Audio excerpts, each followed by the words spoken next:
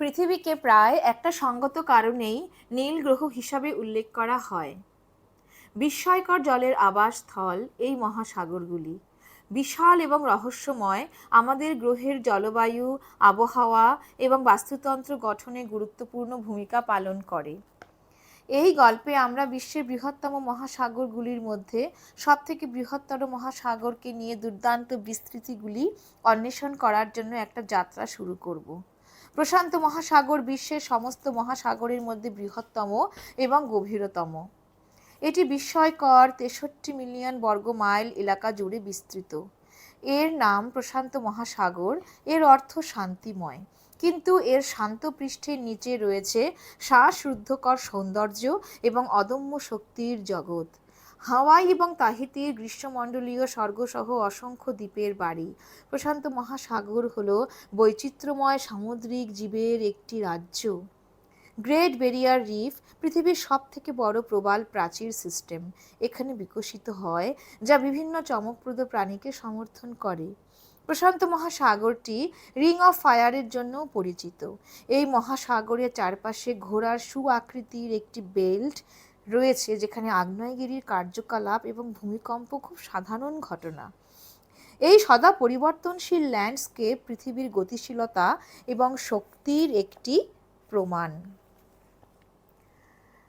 প্রশান্ত মহাসাগরের পূর্বে আছে উত্তর ও দক্ষিণ আমেরিকা মহাদেশ, পশ্চিমে অস্ট্রেলিয়া ও এশিয়া মহাদেশ, উত্তরে সংকীর্ণ বেরিং প্রণালী এবং দক্ষিণে অ্যান্টার্কটিকার স্থলভাগ। প্রশান্ত মহাসাগরের আকৃতি অনেকটা ত্রিভুজের মতো। এই ত্রিভুজের শীর্ষবিন্দু উত্তরে বেরিং প্রণালীর কাছে অবস্থিত। আমরা জানি সবাই যে নিরক্ষরেখা ঠিক পৃথিবীর মাঝ বরাবর পূর্ব পশ্চিমে কল্পনা করা হয়েছে এবং এই নিরক্ষরেখা বরাবর পূর্ব পশ্চিমে প্রশান্ত মহাসাগরের বিস্তার সর্বাধিক, প্রায় ১৬,০০০ কিলোমিটারেরও বেশি, এবং উত্তরে বেরিং থেকে দক্ষিণে কেপ অফ আডেয়ার পর্যন্ত এর বিস্তার প্রায় ১৫,০০০ কিলোমিটারেরও বেশি। ১৬ শতকের গোড়ার দিকে স্প্যানিশ অভিযাত্রী ভাস্কো নুনেজ ডি বালবোরা ১৫১৩ সালে পানামার ইথমস অতিক্রম করেন এবং এই মহান দক্ষিণ সাগর দেখেছিলেন, যার নাম তিনি দেন মার দেল সুর। পরবর্তীতে সমুদ্রের বর্তমান নামটি পর্তুগিজ অভিযাত্রী ফার্দিনান্দ ম্যাগেলান ১৫২১ সালে তৈরি করেছিলেন, কারণ তিনি সমুদ্রে পৌঁছানোর সময় অনুকূল বাতাসের সম্মুখীন হন। তিনি এটিকে মার প্যাসিফিকও বলেছেন, যার স্প্যানিশ এবং পর্তুগিজ অর্থ হল শান্তিপূর্ণ সমুদ্র। প্রশান্ত মহাসাগরের বিভিন্ন অংশে অসংখ্য ছোট বড় দ্বীপ ভাসমান অবস্থায় আছে। অবশ্য পূর্বভাগের তুলনায় পশ্চিমভাগে দ্বীপের সংখ্যা অনেক বেশি। এর মধ্যে এমন কিছু দ্বীপ আছে যেগুলো সংলগ্ন স্থলভাগে নিমজ্জিত হওয়ার ফলে সৃষ্টি হয়েছে, যেমন উত্তরাংশের অ্যালুসিয়ান দ্বীপপুঞ্জ, কানাডীয় উপকূলের দ্বীপসমূহ যেমন কুইন চার্লেটি, আলেকজান্ডার এবং চিলি উপকূলের সান ফেলিক্স প্রভৃতি। অপরদিকে পশ্চিমে ধনুকের মতো বা বৃত্তচাপের আকারে অনেকগুলি দ্বীপপুঞ্জ ভেসে আছে, যেমন কিউরাইল, জাপান, ফিলিপাইন, ইন্দোনেশিয়া দ্বীপসমূহ। প্রশান্ত মহাসাগরের দক্ষিণ পশ্চিম দিকেও অসংখ্য ছোট বড় দ্বীপ ছড়িয়ে আছে, যেমন Papua New Guinea, Fiji, Solomon, Marshall, Tonga প্রভৃতি, এবং এই মহাসাগরের পূর্বাংশের গ্যালাপাগোস ও কোকো বিশেষভাবে উল্লেখযোগ্য। ত্রিভুজাকৃতি প্রশান্ত মহাসাগরের পূর্ব ও পশ্চিম প্রান্তে অনেকগুলি সাগর ও উপসাগর আছে, যেমন পূর্ব দিকে আলাস্কা উপসাগর, চ্যাথহাম, ক্যালিফোর্নিয়া, পানামা প্রভৃতি, এবং পশ্চিম দিকে ওখোতস্ক, পিত সাগর, জাপান সাগর, পূর্ব চীন সাগর, দক্ষিণ চীন সাগর, জাভা সাগর এসব আছে। প্রাগৈতিহাসিক সময়ে প্রশান্ত মহাসাগরে গুরুত্বপূর্ণ মানব অভিবাসন ঘটেছে। আধুনিক মানুষ প্রথম প্যালিওলিথিকের সময় পশ্চিম প্রশান্ত মহাসাগরে পৌঁছেছিল প্রায় ৬০,০০০ থেকে ৭০,০০০ বছর আগে। এরা আফ্রিকার বাইরে একটি দক্ষিণ উপকূলীয় মানব অভিবাসন থেকে উদ্ভূত। তারা সুন্ডাল্যান্ড ও সাহুলের মধ্যে অন্তত ৮০ কিলোমিটার সমুদ্র পাড়ি দিয়ে এশিয়া মেইনল্যান্ড, দক্ষিণ পূর্ব এশিয়া, ফিলিপাইন, নিউগিনি এবং তারপর অস্ট্রেলিয়ায় পৌঁছেছে। এই গোষ্ঠীগুলির দ্বারা কোন স্তরের সামুদ্রিক প্রযুক্তি ব্যবহার করা হয়েছিল তা কোনো নিশ্চয়তার সাথে জানা যায়নি। অনুমান করা হয় যে তারা বড় বাঁশের ভেলা ব্যবহার করেছিল, যেগুলো কোনো ধরনের পাল দিয়ে সজ্জিত হতে পারে। মার্কিন যুক্তরাষ্ট্র 1898 সালে স্পেন থেকে গুয়াম এবং ফিলিপাইনের নিয়ন্ত্রণ লাভ করে। জাপান 1914 সালের মধ্যে পশ্চিম প্রশান্ত মহাসাগরের বেশিরভাগ নিয়ন্ত্রণ করে এবং প্রশান্ত মহাসাগরীয় যুদ্ধের সময় অন্যান্য অনেক দ্বীপ দখল করে। যাই হোক, সেই সব দ্বীপ দখল করে নিয়ে মার্কিন যুক্তরাষ্ট্রের সাথে জাপানের যুদ্ধ সংঘটিত হয় এবং জাপান শাসিত উত্তর মারিয়ানা দ্বীপপুঞ্জ মার্কিন যুক্তরাষ্ট্রের নিয়ন্ত্রণে আসে। দ্বিতীয় বিশ্বযুদ্ধের শেষের পর থেকে প্রশান্ত মহাসাগরের অনেক প্রাক্তন উপনিবেশ স্বাধীন রাষ্ট্রে পরিণত হয়। প্রশান্ত মহাসাগরের আয়তন, যা বিশ্বের মহাসাগরীয় জলের প্রায় 50% প্রতিনিধিত্ব করে।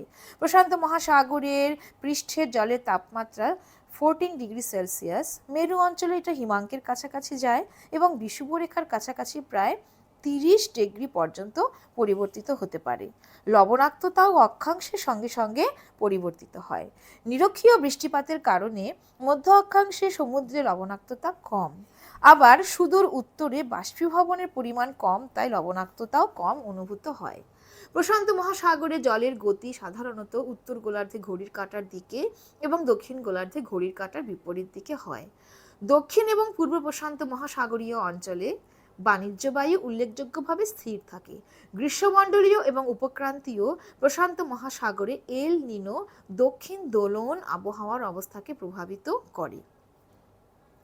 প্যাসিফিক দ্বীপপুঞ্জ হল প্রশান্ত মহাসাগরের দ্বীপগুলির একটি গ্রুপ। তাদের আরও 3টি প্রধান দ্বীপগোষ্ঠীতে শ্রেণীবদ্ধ করা হয়েছে: মেলানেশিয়া, মাইক্রোনেশিয়া এবং পলিনেশিয়া। প্রশান্ত মহাসাগরের তলদেশে অধিকাংশ স্থান জুড়ে আছে গভীর সমুদ্রের সমভূমি, আর সেই সমভূমির মাঝে মাঝে আছে সুগভীর খাত, শৈলশিরা, উচ্চভূমি, চ্যুতিযুক্ত অঞ্চল। এছাড়া পূর্ব ও পশ্চিম উপকূলে মহীসোপানও আছে। এক কথায় প্রশান্ত মহাসাগরের তলদেশের ভূপ্রকৃতি বৈচিত্র্যপূর্ণ।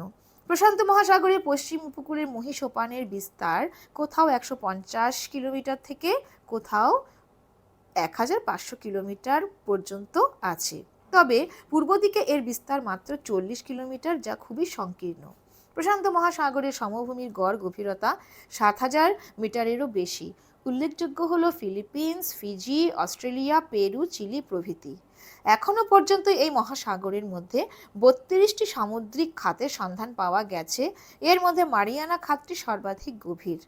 এর গভীরতম স্থানটির নাম হলো চ্যালেঞ্জার ডেপথ, যার গভীরতা 10,911 মিটার। মারিয়ানা খাতের অন্যান্য গভীরতম অংশের মধ্যে ফ্লেমিং ডেপথ এবং ন্যারো ডেপথ বিশেষ উল্লেখযোগ্য। তবে সবথেকে অবাক করা ঘটনা যে এই বিশাল নীল জলরাশির মাঝে অবস্থিত হাওয়াই দ্বীপপুঞ্জ।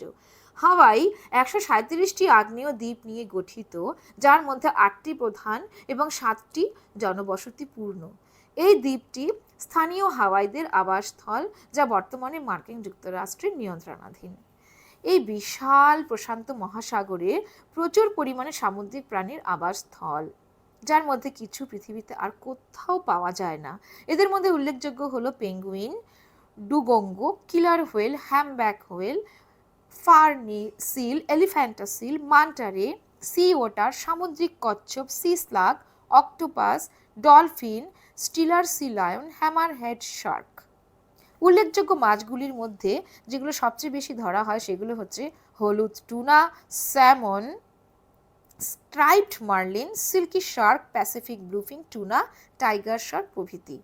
এই বিশাল সামুদ্রিক জলরাশির চারিপাশে প্রচুর বিখ্যাত সব সামুদ্রিক বন্দর রয়েছে, যার মধ্যে উল্লেখযোগ্য হলো port of California, port of Alaska, port of Peru, Chile, Bolivia, port of China, port of Hawaii, Indonesia, Japan, New Zealand, Singapore, Taiwan, port of Thailand সহ অন্যান্য বহু বন্দর, যা সারা পৃথিবীতে বিভিন্ন রকমভাবে সামুদ্রিক বাণিজ্য নিয়ন্ত্রণ করে।